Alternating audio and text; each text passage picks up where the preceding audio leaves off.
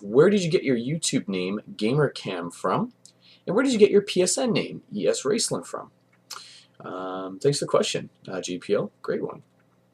My username was simply off the cuff, random. I was not very creative at all. When I woke up that day, God was like, "You have no creative today, done." I had none. So I was thinking, well, I'm Cam, and I'm a gamer, so just mush them together. And then you have like Gamer Cam, yay! I put in like the 3 and the 4 in there. It'll be just like a tiny little bit lead in there because I don't know. I've been into video editing and internet since I've been in grade 9, when the internet really started going. Like I'll remember the old GeoCities chat rooms. Man, that was huge back in the day. GeoCities had their little chat rooms, HTML chat. Oh man, we would sit on that thing and just like chat away and privately whisper to and all that. So I was like, oh my goodness. I still have like my original Hotmail address. I use that for my personal MSN and just to have. I still use that. People always laugh at my old Hotmail address. So it's pretty. That's I just GamerCam is like, okay, GamerCam. There you go. Yeah, I'm a gamer. My name's Cam, so that's where it's at. ES Raceland has a little bit more of a cool story to it, I guess.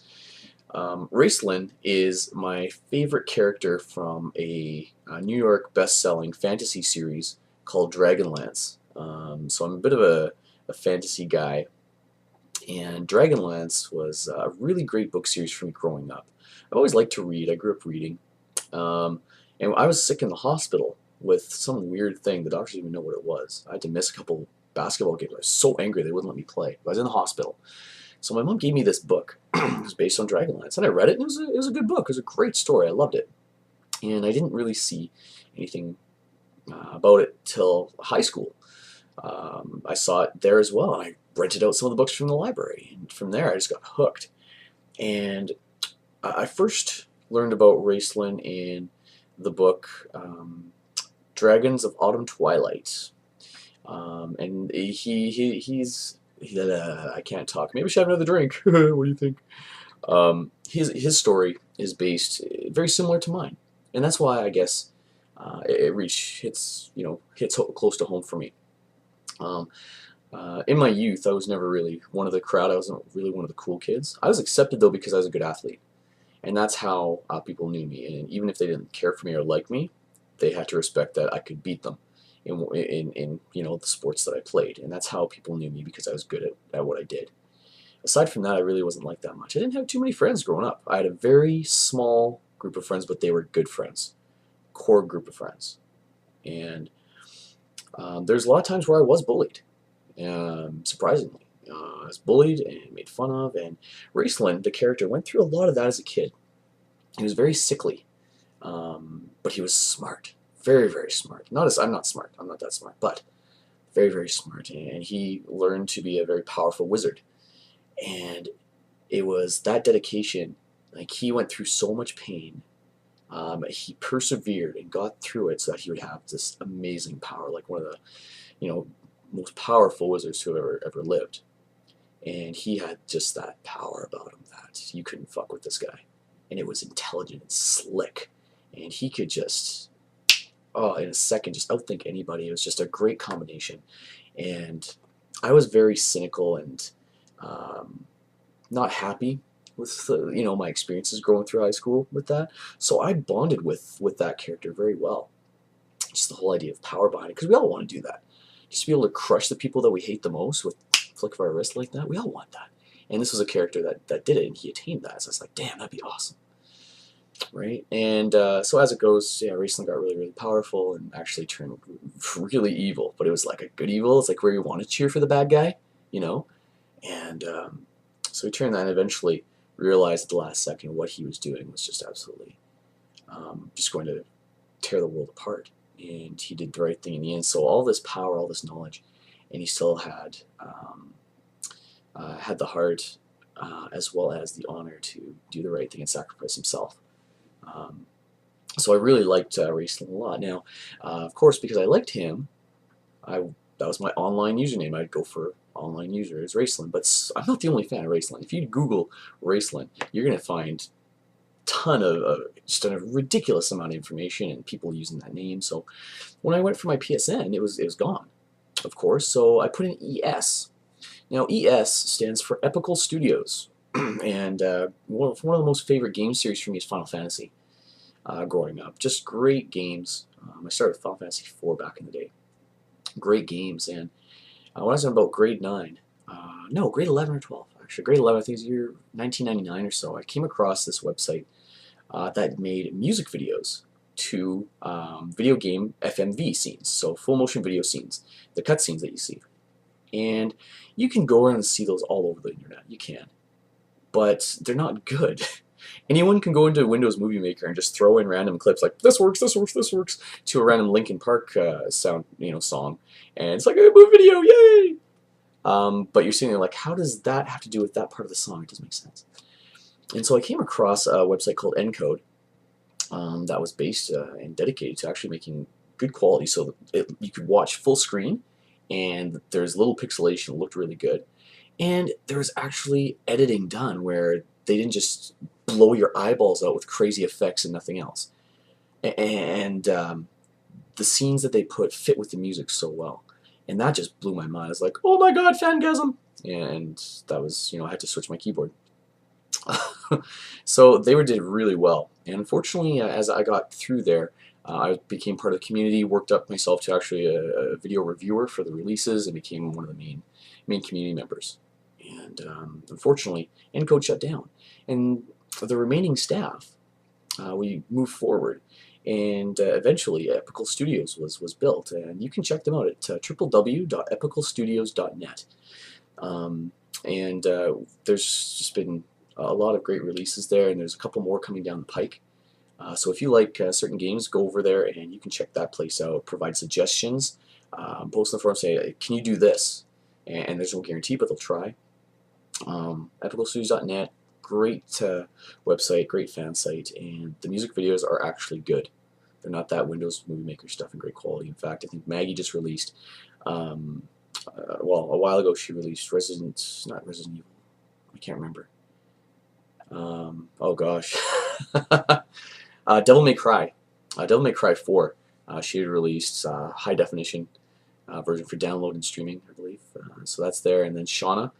She'd been with us for years. She just released a great Final Fantasy X and X-2 music video, and just recently, there's music videos for movies, games, and anime. So if you like that, go there. I've talked way too much on the subject, so I'm really sorry about that. That's the answer of where my name comes from. Okay, they are asleep now. I don't blame them. Next question we have here. What are my thoughts on the Uncharted 3 multiplayer beta? And this is from Tekkens. So thanks for the question, Tekkens. My thoughts are that I'm excited. Yay! I'm a little bit worried, though. There's a couple things that I like, a couple things I don't like. And the idea of 2 versus 2 versus 2, that's actually really unique. I haven't really seen that before. So instead of just boring 2 versus 2, it's pretty much 2 versus 4. But you never know who the 4 are. It's going to be all around. So that's going to be a cool idea, and I'm excited because I haven't seen that before. Maybe some of you PC gamers are like, well, we've had this on PC for years. And I'm like, that's great. Unfortunately, none of the games on PC have caught my attention. So, and don't mistake that as Cam flaming PC. That's not the case.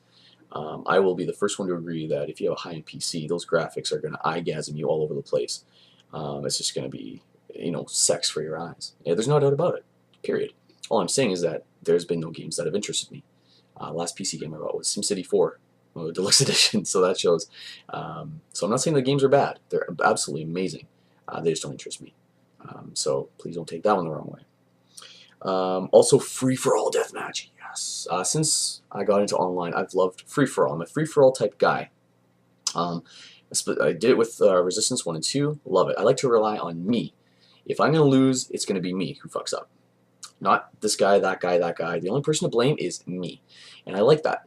I like being able to put that and not say, oh, well, this guy fucked up, or if he didn't die so much. I like not having that excuse. I like being the guy say, you know what, I could have done better, or that guy outplayed me. Straight up. I like doing that. I enjoy team stuff. I mean, doing it with my clan and my friends, that's great. But I do enjoy the free-for-all because I can say I earned this. I didn't have a stacked team all the time, right? People can't say, oh, well, you always had a stacked team. Like, no, I didn't. It's just me by myself. What up? So that's going to be really cool. I'm excited for that. What I am, I'm not happy that situational awareness is still in the game, but I'll get over it as long as they remove the ability to bunny hop, because people switch from just relying on up on the D-pad to mashing the X button back, left, right, left, right, left, right to to avoid people. And I mean, it's like, oh well, you don't like bunny hopping because you can't hit people. Well, that's not true. I get them all the time, or I did get them all the time when I still played, because the PSN's down and I lost my disc. It's just really annoying that it's like, okay, so if you stand still, you have no chance. So you have to resort to that type of cheap play to stay alive. If you take that away from you, you're going to die a lot more. So, you can abuse that. Well, it's in the game. Yeah, it's in the game, but what type of player does that make you, is what I'm trying to say, right? So I'd like to see if Naughty Dog would be able to make at least like a second pause between your ability to jump, if possible. Because if people like dodging, then you can roll all the time. Just roll. Like, no, I want to jump because they can't hit me. So that's the type of player you are. I understand. Fair enough. Say no more. Don't need to talk anymore about it. So we'll see. Situational's not there. The kickback boosters are going to be interesting. Until I actually get a chance to play the beta, I'm not sure how it's going to work or how well. So it sounds like there's a cool base on teamwork and relying on your teammate on what they do, and so maybe it's cool if one person dies all the time, you just have a booster that powers you up every time they die. I don't know. Maybe you can do that.